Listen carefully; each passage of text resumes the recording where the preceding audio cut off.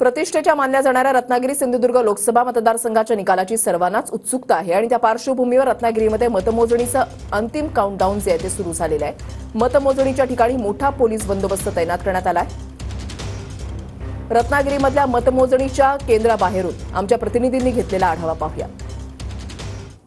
रत्नागिरी सिंधुदुर्ग लोकसभा मतदारसंघाच्या मतमोजणीचं काउंटडाऊन या ठिकाणी सुरू झालेलं पाहायला मिळतं आहे।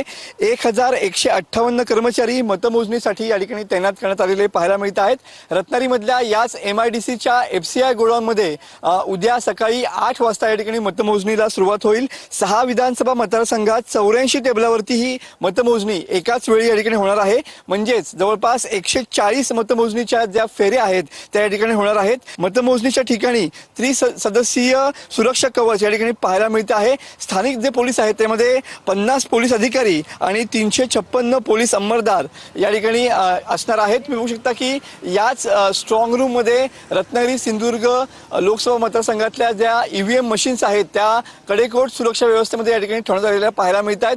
उत्सुकता आहे।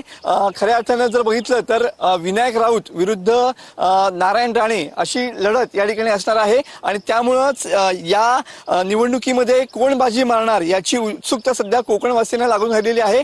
कॅमेरामन समित गजनेसह मी मनोज लेले, TV9 मराठी, रत्नागिरी।